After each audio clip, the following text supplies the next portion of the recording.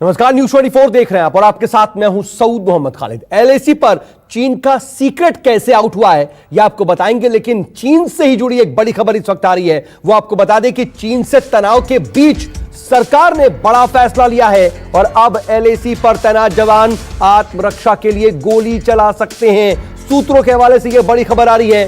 सूत्रों के मुताबिक सरकार ने इसकी अनुमति दे दी है। इसके लिए रूल ऑफ एंगेजमेंट में बदलाव किया गया है, यानी कि अब तक चीन के साथ गोली नहीं चलाने का जो समझौता था उसमें तब्दीली की गई है। और न्यूज़ 24 के डिप्टी एडिटर संजीव त्रिवेदी मेरे साथ न्यूज रूम से इस वक्त जुड़ रहे हैं लाइव। संजीव, इसको किस तरह से देखा जाए? दो इशारे नजर आते हैं, एक तो सीधे तौर पर सरहद पर तल्ख होते हालात और संजीदा होते हालात कहीं ना कहीं इसकी वानगी है, और दूसरी तरफ यह कि भारत अब सख्त संदेश दे रहा है सीधे सीधे चाइना को।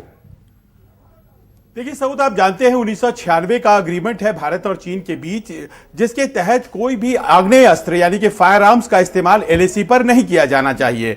लेकिन जब 15 जून की घटना घटी तो उसमें स्पष्ट ये देखा गया कि एक ऐसी टैक्टिक्स और स्ट्रैटेजी अपनाई गई चीन के द्वारा जिसमें हमारे 20 बाकुड़े हताहत हुए। और उसके बाद फिर यह तय किया गया, प्रधानमंत्री के स्तर पर यह तय हुआ कि हमारे जवानों को हर वो कार्य करने की इजाजत दी जाए जो भारत की सीमाओं की रक्षा के लिए बहुत जरूरी है, अपनी रक्षा के लिए बहुत जरूरी है। तो ऐसे में रूल्स ऑफ एंगेजमेंट, जिसमें अभी तक बंदूक नहीं चलाने की, गोली नहीं चलाने की जो बात कही गई थी, उसे बदलते हुए अब यह तय कर दिया गया है कि आत्मरक्षा के लिए भारतीय जवान किसी भी स्थिति में एलएसी पर गोली चलाने की स्थिति में होगा और इसमें उस पर कोई भी रोक नहीं होगी। ऐसे में जबकि ठंड के दिन आने वाले हैं, कड़कती सर्दी हो और तभी वहां पर हमारे जवान टिके रहेंगे। सऊद, यह बहुत महत्वपूर्ण फैसला है क्योंकि हमारे जवानों को ठंड में रहना है और चीन की चालबाजियों से भिड़ने के लिए यह जरूरी था कि इस तरह के फैसले लिए जाएं। नहीं, लेकिन इसका असर क्या पड़ेगा? क्योंकि देखिए बार बार जो है ना वो बर्फ पिघलाने की बात की जा रही है,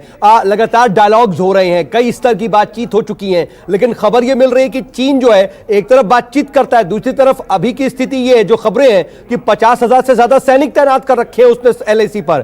तो इसके बाद अगर हम बर्फ पिघलाने की कोशिश के बीच अगर यह फैसला लेते हैं तो संदेश क्या जाएगा? देखिए, चोटियों पर जिस तरह से बर्फ है, लगता है कि संबंधों में भी वो बर्फ बरकरार है। आपने सही कहा, बातचीत जो भी होती हो, लेकिन बातचीत का असर जमीन पर दिखाई नहीं पड़ता है। और ऐसे में जो सैन्य तैयारियां हैं वो माकूल होनी चाहिए। और शायद यही वजह है कि आपने देखा होगा 29 और 30 को जो एंगेजमेंट हुआ, जो आपस में तनातनी हुई, उसमें वार्निंग शॉट्स फायर किए गए। यानी कि ये जो नई रूल ऑफ एंगेजमेंट है वो लागू भी होने लगी है। और उसका फायदा यह हुआ कि दक्षिणी किनारा जो पैगोंगसो का है, वहां से घुसने की कोशिश कर रहे चीनी वापस भाग गए। और इस तरह से अब हम तैयार हैं, चाहे कोई भी जगह हो जहां से चीनी घुसने की कोशिश करेंगे, उनका जवाब गोलियों से दिया जाएगा, यह स्पष्ट कर दिया गया है। और ये एक बहुत बड़ा संदेश है चीन को कि वो किसी भी हरकत को अगर अंजाम देने की कोशिश करेगा तो उसका मुंहतोड़ जवाब दिया जाएगा।